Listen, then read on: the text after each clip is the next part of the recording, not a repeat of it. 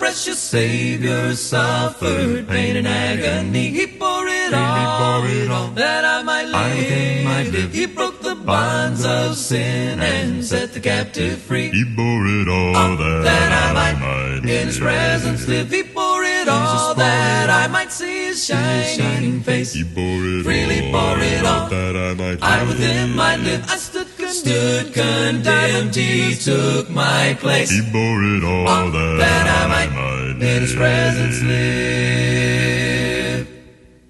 They placed a crown of thorns upon my Savior's head. He bore it all, that I might live. My cruel man with spear, His side was pierced and bled. He bore it all, that I might in His presence live. He bore it all, that I might see His shining face. He bore it freely bore it all, that I with Him might live. I stood condemned, He took my place. He bore it all, that I might in His presence live. Up Calvary's hill in shame, the blessed Savior trod. He bore it all, that I might live. Between two thieves they crucified the Son of God. He bore it all, that I might in His presence live. He bore it all, that I might see His shining face. He bore it freely bore it all, that I with Him might live. I stood condemned, Jesus took my place. He bore it all, that I might in His presence live. He bore it all, that I might see His shining face. He bore it freely bore it all, that I with Him might live. I stood condemned, but Jesus took my place. He bore it all that I might live. In His presence live.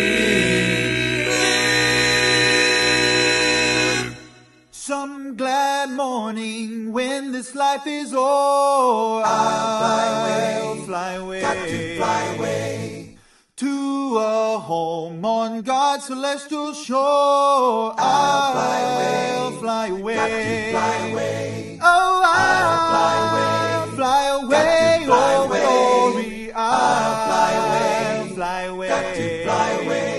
When I die, hallelujah, Oh, by and hallelujah, by and by. I'll fly away, Got to fly away.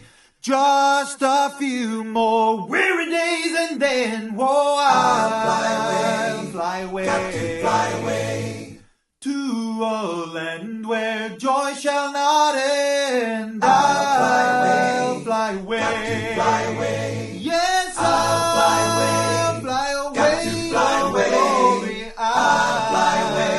fly away, Got to fly away. I said when I die, hallelujah, Oh, hallelujah, by and by. I'll fly away, Got to fly away. oh, I'll fly away, oh glory, I'll fly away. fly away, Got to fly away. yes, and when I die, hallelujah, Oh, hallelujah, by and by.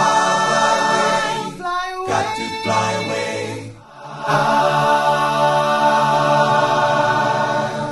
Fly away. Would you be free from the burden of sin? There's power in the blood, power in the blood. Would you worry there's a victory to win? There's wonderful power in the blood. There is power, wonder-working power in the blood of the Lamb. There is power, wonder-working power in the precious blood of the Lamb. Would you be free from your passion and your pride? Power in the blood, power in the blood. Come for a cleansing to Calvary's side. There's wonderful power in the blood. There is power, wonder-working power in the blood of the Lamb. There is power, wonder.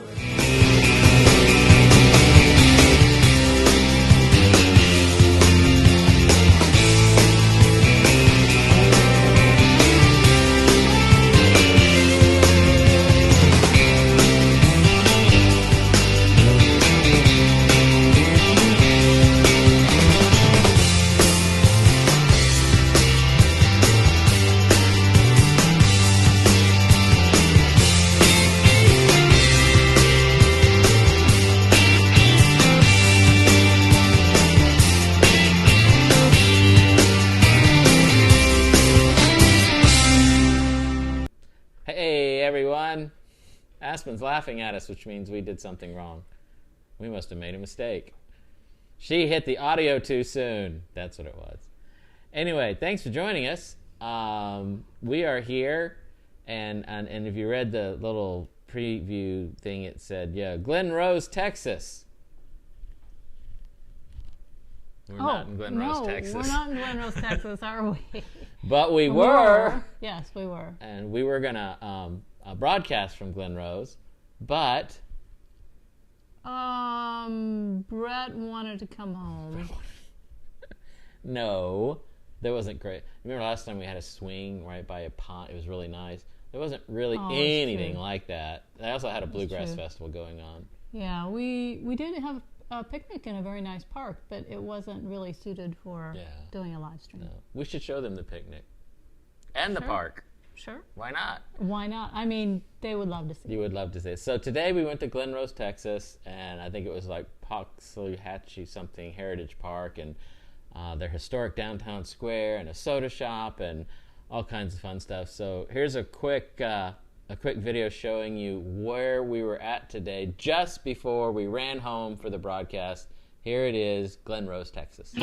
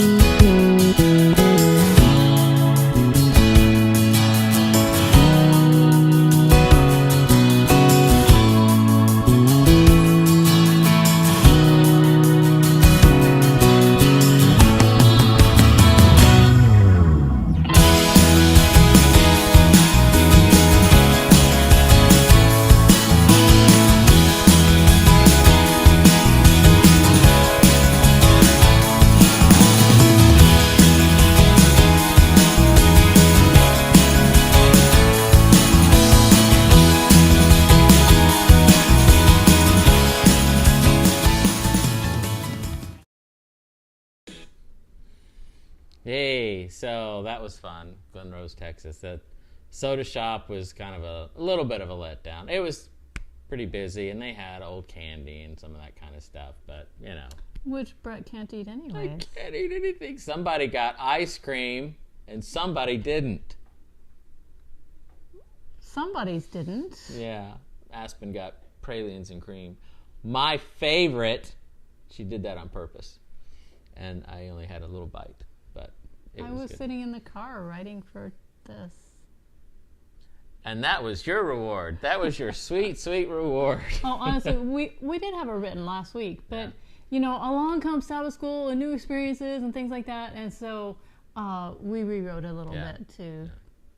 Yeah, actually, Miranda rewrote. I go, wow, this is amazing. She does all the writing. And actually, today's kind of good. We're going to get into that. So actually, we should get into that. We don't want to be here all day.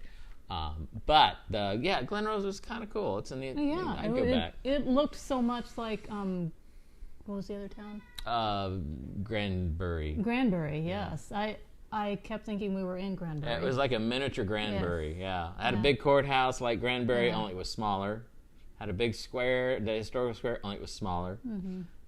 It was kind of cool. And yeah, so we'll have to go back. They had this one park. People aren't very creative in Texas naming things. There was like this place where it's like all the whole thing.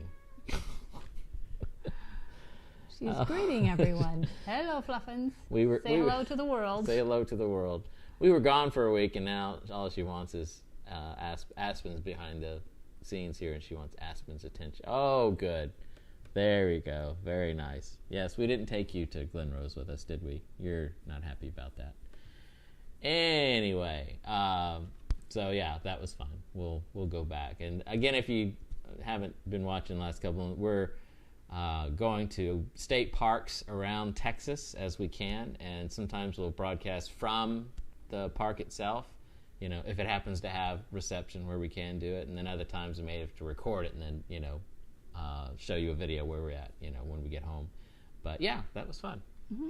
So today in our talk, you saw it said the green screen lies. We're going to talk a little bit about green screen and kind of give spiritual application to it. And it struck my memory that Aspen made a video about green screening. And so we're going to show that now. This is back from Aspen's object lessons when she was like, I don't know, 7 years old or something. It was a while back. And or 12. Or 12. Or 13 or something. So she did one called green screening, and so here's Aspen's object lesson. What's the weather like where you live? Where I live is cold and snowy, but I would much rather be on some island somewhere. Wouldn't it be nice if you could just snap your fingers and... Much better.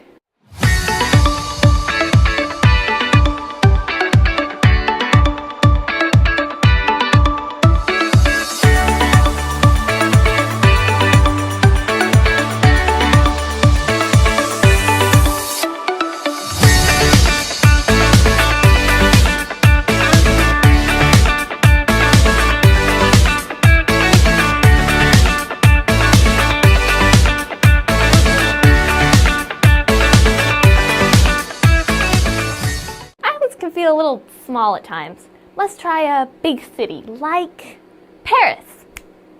Ah, bonjour mon ami. Let's try another big city like London. Yeah. Let's grab some fish and chips and head to the top of the world. Ugh, Mount Everest, it's cold. Let's try someplace warm and tropical. Haleakala. Wait, that's a volcano. Someplace safe, someplace safe, someplace safe, someplace safe. No place like home. So you've probably figured out by now, the way we travel around the world like this is through the magic of green screen. So today we thought we'd show you how we use green screen and a little bit of how it works, and how you can have some green screen fun too. And now we're going to take you behind the scenes and show you where the magic happens behind our movies. Welcome to the green room.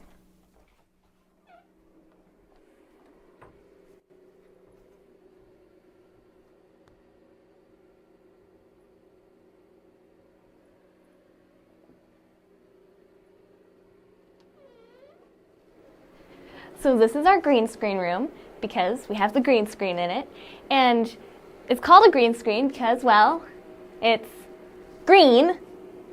Yeah, so then we have all our lights up there. They're all being hung with clamps. And then I usually stand here for the frame. And then there's lights shining down on me, which separates me from the background. When it comes to green screen, there are three main things that make it work. Number one, you need a green screen, or a background that's all one color, usually blue or green. Number two is that the green screen has to be lit evenly. However, it doesn't have to be perfect, because today's programs and apps are pretty forgiving. And number three is that the green screen needs to be as flat and smooth as possible. However, as you can see, apps and programs are pretty forgiving too. If you've watched any TV or movies at all, then you've seen a green screen in use. A lot of action movies like Marvel and Lord of the Rings and even TV shows are almost entirely filmed in green screen. And the effects can be amazing. But it wasn't always that way. The very first green screen effects didn't use green screen at all. The first movie to really use this kind of effect was probably The Great Train Robbery. So there, instead of green screen, they used a method called double exposure to try and get the same effect. Later, Walt Disney himself used a white screen to put a young girl in the cartoon world and called it The Misadventures of Alice. And finally, the first movie to win an Academy Award for green screen was the genie scene in The Thief of Baghdad.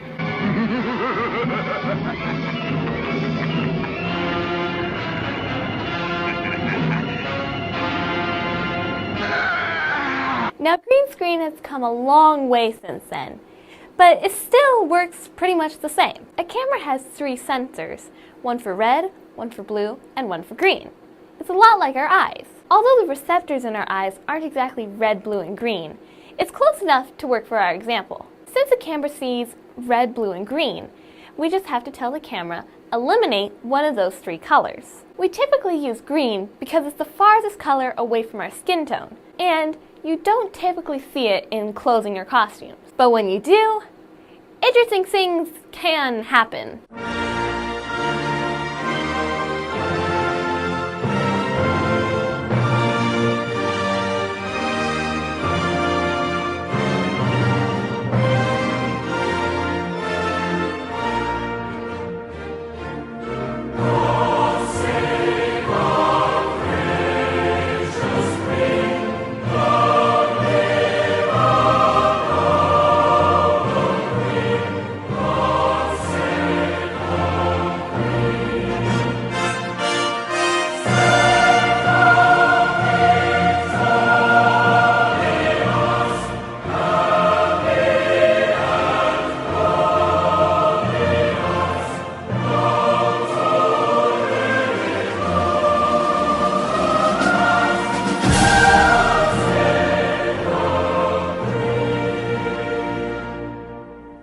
Today, you don't need Hollywood cameras, lighting, and green screen.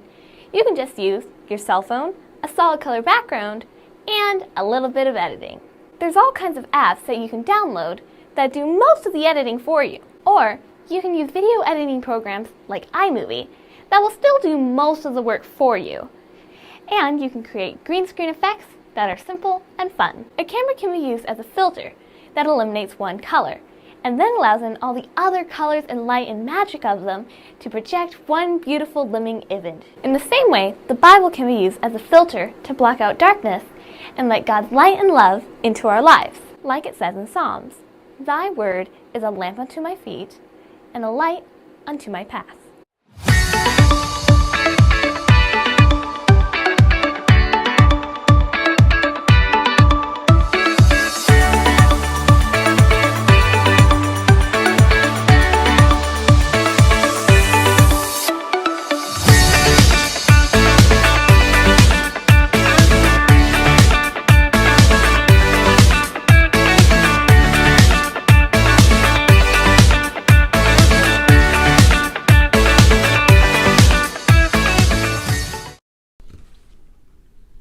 So, there you go. I really liked Aspen's object lessons here when we were making all those videos. That was fun. I just always thought those would like really take off in the church world. I just thought they were really good. Even though I'm biased, my daughter and we made them together, I still think they're really good. My opinion. Yes. Apparently, some people didn't think as much as I do about them. No, I really liked them too. I really did. Yeah. So that's going to play into our talk, but we're going to bring that in towards the end, I think. So, But remember that, the green screen and what it does, and yeah. Mm-hmm. It'll be fun. It'll be fun. And now, today's lesson with Miranda. Yeah, I thought you said you were going to tell a story. I was going to let you introduce it. Oh, well, like I said, we were all set and ready to go for our talk today until we went to Sabbath school. And then our Sabbath school teacher told a story, and I said, you know what? I think we're going to tell the very same story. And so here we are. Yes. And Brett will tell the story to us. I will now tell you the story that was told to us today in Sabbath school. So he's a retired dentist, actually. I forgot Is he retired he's now? retired. I thought he was still working. I think he just, when he does or for friends or something, but he's actually retired. Oh, because last I looked, he had a place over in Burleson. Yeah, he still has a Oh, office. Okay, but he doesn't. Yeah, he has other people. Oh, okay. So anyway, they were out shopping or something, and he and his wife. They were going to a restaurant. Going to a restaurant. And they had to stand in line to get in. Ah, yes. Yeah. There was a wait for tables, and so they were standing in line, and this old guy was there with his daughter or something, and he was like, "Oh, look, that's the old guy," and the daughter's being so nice to him because she kept going back to the car. Oh, can you get me my hat? Oh, can you get me my walker? I don't know. You go get a walker. Oh, she was getting him things. I think he was bald. Maybe she was getting him like some sunscreen and a hat and a bottle of water. I was getting him sunscreen if they were going into a restaurant. Because they have to wait outside in the sun. What kind of restaurant makes you wait outside? Not a very good restaurant. Well, apparently it was, or they wouldn't have been waiting outside. Yeah. So. I can tell you, it wasn't Edmund's Barbecue. Or whatever. It wasn't bad. The restaurant, we had barbecue today. I still haven't found great Texas barbecue, but the search goes on. Anyway, back to our story. So he was like, "Oh, that's so nice." The daughter is doing, and his wife was like, "I don't think that's the daughter." Well, of course it's the daughter. Look, he's getting him stuff and helping him things, and it's like, "No, I think maybe that's not his daughter. No, that's his daughter." And then the girl put his arm around the man and snuggled up and maybe had a kiss or something, and it was like, "Oh, this is not the daughter. This is a very much younger wife or girlfriend or something." Or something. Yes. But yeah, it was interesting. And I mean, I've seen stuff like that too. Like I've seen them where I'm like, "Oh, there's a guy and his kid," and it's like, "Oh, that's not the daughter," And maybe you've seen something like that as well. But it was interesting because then they were telling how horrible they felt for judging someone, and we don't know. We can't judge people. It was it's our perceptions are such, but they were going, "Oh, we're so terrible for thinking things," and it's like, well, it's interesting because they said it wasn't just like 10 years. It was more like a 30-year difference. Yeah, a solid 30-year gap. Solid 30-year gap or something, which could be true love. It could be. It could be. Yes, it could be. The odds aren't good. The odds aren't great. We're actually only 1 year apart. Yes, 1 year and I a married couple days. a younger woman. Yes. Only by a few days in a year, because our birthdays are almost the same. Mm-hmm. It's fun. I didn't even know that when I met you. Well, we didn't swap birthdays when we first met. You practically ignored me when we first met. Anyway, that's another story for another SALT. Yeah, for a different day. For a different day. Yes. For a different application. Yes. But yeah, then you look at it and you're just like, well, man, what's the next thing you think is like, what brought them together? Money. That's the first thing you think. Well, that's what they thought. I mean, the teacher said, was this true love? Yeah, his is like, is this really love or is it something else? Yeah, and sadly, the rest of the class joined in. Yeah. With, well, it was probably because he had money. Yeah. And with one voice, they were like, if it wasn't true love, what was it? And it was like, money. And it was like, oh, okay, well, they were. Basically, everybody joined in. Except her. She said something different. We all said money, but she said something different than, as Miranda often does, different than everybody else. It doesn't Go mean ahead, tell them what you... doesn't mean as though I didn't mentally possibly assent that it could have been money, but she had another idea, which actually I think is true. Basically, I was going to guess that this man was not addicted to love. It may have appeared that way because she was waiting, just doing so many things for him, and they were all, snuggly, and there were, I guess, apparently there was some uncomfortable PDA and such like that going on. But so I'm going to guess he was not addicted to love. He was no doubt addicted to power because he thought. We're going to once again presume, but we're going to presume that he thought that it was okay to use his power, provided he had money, to receive, and in exchange for that, he received love. Because money gives you power. Because I was like, in the Sabbath school, I was like, power? We all said money. Why is my wife power. I'm gonna scoot a little bit further. Yes, he often does that. But then I realized she's right, because it was money, but money is the end. Money gives you power. Right. And so he was probably thinking it was okay to use his power to receive love rather than giving love to receive love. Yeah.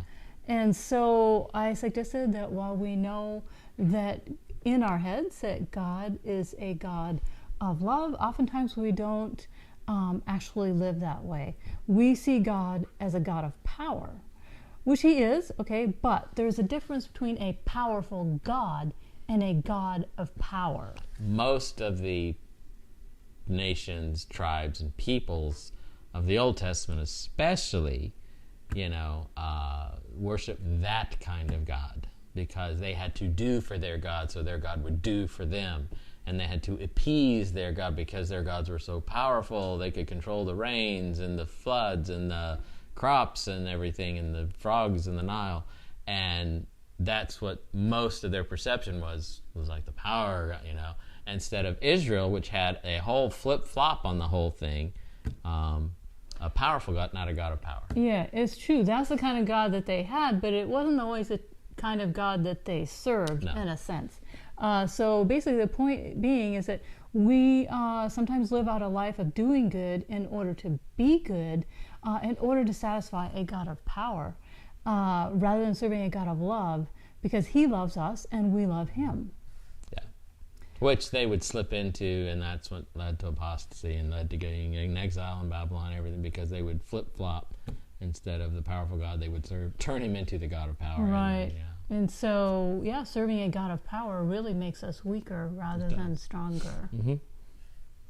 So we're going to use the story of the widow woman with the 2 mites who brought her offering as an illustration. The story of the widow woman who brought 2 mites as an offering to the temple gave all that she had. This story actually illustrates what we were just saying, the difference between a God of power and a powerful God. Yeah.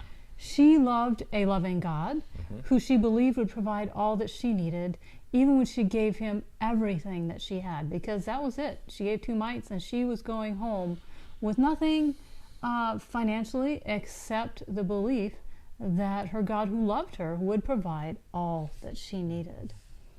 So, she served a powerful God that loved her, and a relationship was her reward. That's what she was, could walk out with peace and joy, even though she gave her last name. She gave because of the relationship she had.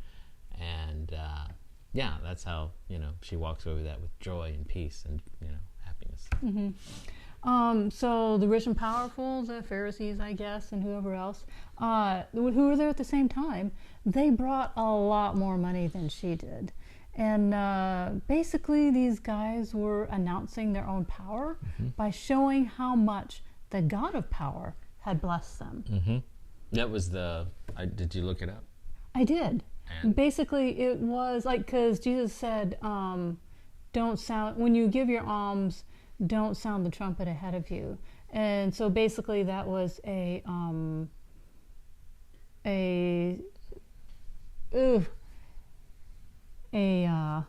forgetting the right word that goes with it.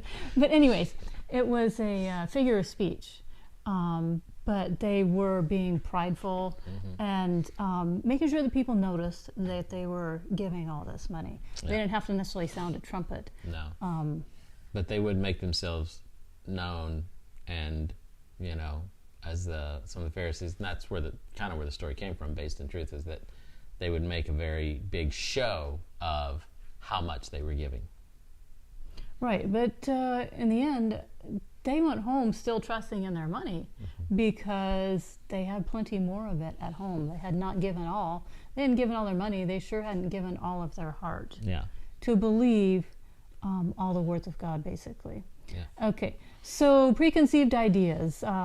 In the first story, the guy had a preconceived idea that the elderly man and the woman were father and daughter, right? Turns out that he was wrong, as many preconceived ideas generally are.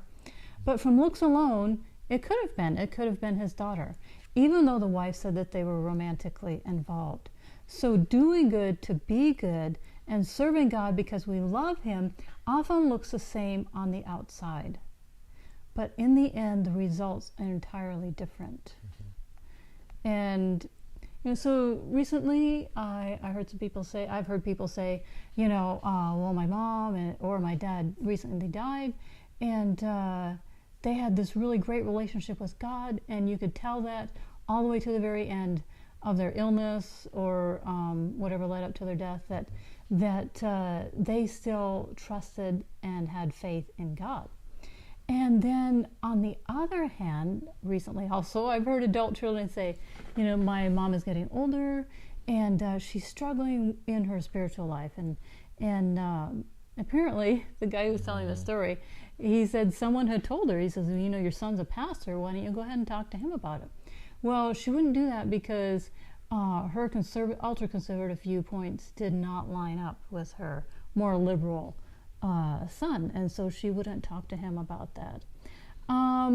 So others joined in the conversation, and they would say the same thing. My mom or my aunt, they've spent their whole life doing all the good do's and avoiding all the bad don'ts, and yet now that they realize that they're getting older, they are worried that maybe they haven't done enough, or they know that something is missing and something more needs to be done, but they can't quite figure it out because they feel like they've been doing all the good and right things and avoiding all the bad things, and it's still not, they don't feel right about it all. So the problem is we stay so busy doing all the good and right things that we forget that knowledge about God is not the same thing as knowing God and being in a living, breathing relationship with Him. So take, for example, maybe someone, you have a crush on a movie star, and you may know all about them, and you may know when their birthday is, you may even celebrate their birthday, and yet this person knows absolutely nothing about you. Nothing. Even if you sent him a letter, it was probably someone else who read it, right? So this reminds me of the passage in Matthew 7:21-23, where Jesus says, "Depart from me, for I never knew you." And they're like, "What? We did all these good and right things. We don't understand." And yet, this was doing good to be good, and they didn't. They thought they were okay. They were certainly better than other people. Absolutely. But in case you didn't catch it, I thought this was a good illustration, Marina. So, when Jesus is telling the parable, or the parable, I guess, and these people came, and at the end, and they came, and welcome, friends, come into heaven. And they were all like, well, how would we, because you fed me in prison and visited me and clothed me and all this stuff. And when did we do that? And whoever's done the least of these done it to me. And then others are like walking into heaven, and you go, oh, hold on there a second. And yes, but we did this, and it's like, depart, I don't know you, and it's because, the works they do were like the Pharisees giving the money. It was all about, let me show you how good and righteous and pious I am. See how much money I'm giving. That makes me better than you.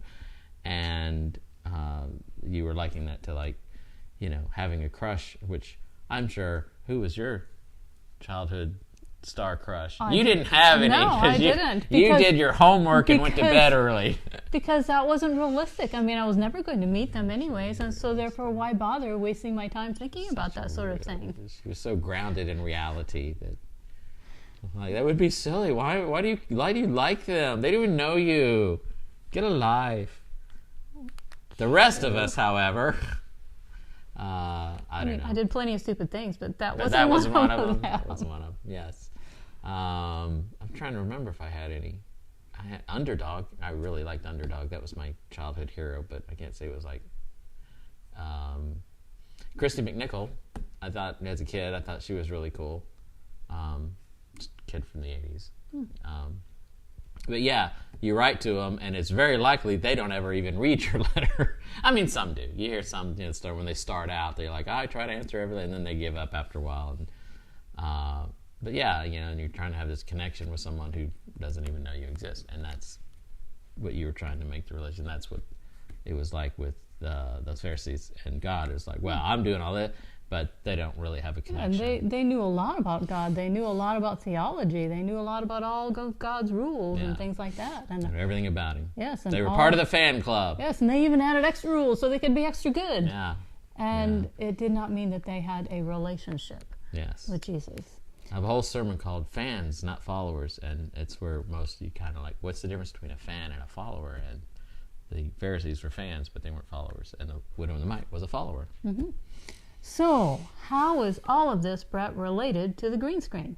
And this is where you wrap it up. This is where I wrap it up. Yes. Right. Oh, I'm turning the tables on Brett this time. I wrap it up by saying the green screen. Yes, you had this great analogy, I so did? I'm leaving it to you. Did we write it down? Was I smart and brilliant and didn't write it down? I said smart things. He did. Sometimes. Are you talking like with the parable, the Pharisee and the widow? Yeah, I mean, however, when we were talking about the green screen, and I gave my simple little analogy, and Brett's like, well, I was thinking blah, blah, blah, and I'm like, well, never mind mine. He can just wrap it up. So. You should have remembered yours at this point. Well, mine is at least written down. I know, you're right. She's smart when she writes things down. I just say yeah, because I know I'm going to forget. Yes. So it was with the Pharisees and the so with the widow and the mites and the Pharisees, I was like, the Pharisees, their green screen, because the green screen is you put up whatever image you want to portray. You're not really in Paris, but you put yourself in Paris, and you're not really in the Beverly Hills mansion, but you can put yourself in it's all fake, right? It's fake, but it looks real. If you do it well, it looks real. And that's what the Pharisees did. They were putting their image, what they wanted to project, like on the green screen. They were actually filtering out the truth. They were filtering out the picture of God, if you will, and putting in their own impression, their own picture, their own power, their own, glory or whatever. And the widow did not filter anything out. She actually, was present in the truth, and it was real, and her connection with God and what she was doing was real. There was no filter, and it was the living truth, whereas the Pharisees were filtering out the truth and putting in their own impression, their own image, what they wanted to portray about themselves. Was that it? Yes, that was it. Okay. Yeah. I remembered. I'm not that old yet, where I forget everything. Good thing, because we needed that rap. Yes, so. We needed that rap. Yes. So there you go. That was our fun day at Glen Rose, Texas, and talking about Sabbath school, and talking about living in the truth and the real connection with God, and not projecting false images. Mm-hmm. Yeah. Okay.